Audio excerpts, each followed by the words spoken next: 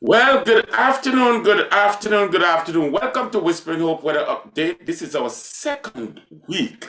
Can you believe it? Yes. June has just started and now we're in the second week. And we're here looking at our weather update. Things changed drastically from last week to this week. I would say drastically because last week we started, we had a little drizzle. Nothing in the skies to indicate that we would have had showers on the weekend, though the meteorologist forecast that we would have some rain on Sunday, and that did happen. So again, it's a trusted source. And so this afternoon we have with us Mr. Lenard Josiah. Lenard Josiah to bring to us our weather update and then to give us a few tidbits that you can hold on to as you go into the season to keep yourself safe. So, Mr. Josiah, welcome to Weather Update again this afternoon. We're happy to have you. And tell us what's happening in our neck of the woods and further afield. Great stuff, my brother. Good afternoon to you and good afternoon to our listening and viewing public. So happy that we are here one more time with you, albeit we're starting just a little bit late, a little bit of technical issues there, but we are getting it ironed out. Suffice it to say that during the course of this weekend, yes, we are inundated with a lot of clouds. Those clouds that you're seeing right now on the outside is indicative of because of the presence of an upper level trough. But let me do a share of my screen right now so I can take you straight on into the Atlantic Ocean. What you're looking at right now is the tropical weather outlook for the next 5 days. We don't anticipate seeing anything of significance within the next 48 hours. However, the National Hurricane Center is suggesting that we could look at a developing area of low pressure that's down in the south, that's in the southern east, or let's say the central Caribbean Sea, right in the vicinity of Panama in those general locations. Well, the models are somewhat dicey about it because in the next couple of days, they are suggesting that it will be a complex weather feature from this particular area right down here, as you could see, and maybe traveling up here into the Gulf of Mexico. And they are suggesting that there could have been or there will be some development taking place in that vicinity. Well, 5 days out is still a long time, and we will be able to monitor the progress of that. And even though it forms in this general location, Antigua and Barbuda, we are located in this area here. So we are not anticipating any significant development from this particular area for us. It's just of academic interest that the hurricane season is on its way. And for us in Antigua and Barbuda, we continue to sit very nicely that we are not seeing anything of significance for us here in Antigua and Barbuda. But for us here, right out from in this general location is what we call the main development area. That particular area continues to be rather quiet. At this time of the year, we're not seeing anything of significance. So we are not hoping to have anything that will be of any undue alarm. I can take you right out there right now so you could see that the area right out towards the African coast continues to be rather quiet, and you will notice that we have just some dusty conditions right out here moving towards the west, and those particular areas is just indicative of the Sahara dust. Let me bring you in a little closer for us in Antigua and Barbuda, and you will see that we are inundated with a lot of clouds. Antigua and Barbuda, we are located in this general location right here, and all this cloud you're seeing right here blowing across Antigua and Barbuda is indicative of an upper level feature, an upper level trough.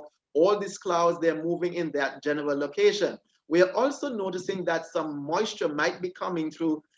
So there's still a moderate chance that we will see some showers not only tonight, but going on into tomorrow. So we can rest assured that we will see some sprinkles. I'm not anticipating that it will be anything in the region of a gut rain or flooding rain, but some light passing showers on the mostly cloudy skies are expected for us in Antigua and Barbuda. My brother? Hey, well, it's good to hear that.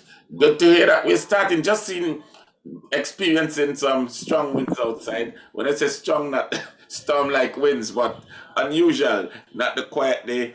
Got a good guster. It keeps down the heat that we have grown accustomed to in the area. Want to thank you for the weather update this afternoon. But what are some of the things are we gonna hear something that we need to do to keep Oh yes. ourselves safe Oh this yes. season? Right. So for the first 2 days last week, we spoke about educating yourself, about the risk of hurricanes, etc. Understanding what are those hazards that come along with hurricanes. There are strong winds, flooding type rains, rough seas, storm surge, tornadoes. Those are some of the hazards that come along with hurricanes. Let's talk about, just for the next minute or two, a very important part for the third area of preparation is understanding your vulnerability, understanding how you are at risk. Now, here's this. Everyone is not vulnerable in the very same way. We may be exposed to hurricanes because we can't stop them from coming across the Atlantic Ocean. But with respect to the exposure, we may be exposed to them, but we may not be vulnerable to them in the same way. For instance, for us here in Old Road, and for those individuals, let's say, located in the eastern parts of Antigua, when a hurricane is impacting us, they may be more exposed to the strong winds, but because of the hills around here at Old Road, they shelter me and shelter the residents of Old Road from those strong winds. So we may not be necessarily vulnerable to strong winds when the storm is coming in a particular area. Or I might be more vulnerable to flooding type rain than you are vulnerable to flooding type rain in Jennings. So a part of for the preparation is understanding where you are at risk. Which one of those hazards that you think that are going to be impacting you the greatest, that is where your level of vulnerability lies. And in order for you to mitigate against the onslaught of hurricanes, etc., is to minimize the way that you are vulnerable. So if you're located in a low-prone area and you know that your homes are going to be flooded, etc., you may be wiser to plan an exit strategy so that when flooding type rains come, that you can go to a safe place. Or if you want to make a wall, or if you want to build something that would prevent you from flooding, those are some of the ways you can mitigate and prepare yourself against the vulnerabilities that you may be experiencing that other people may not be exposed to, or maybe not as vulnerable to. So the third area is to understand your vulnerability, understand how you are at risk, pay attention to those risks to minimize the impacts of the hurricane. Okay, so there we are.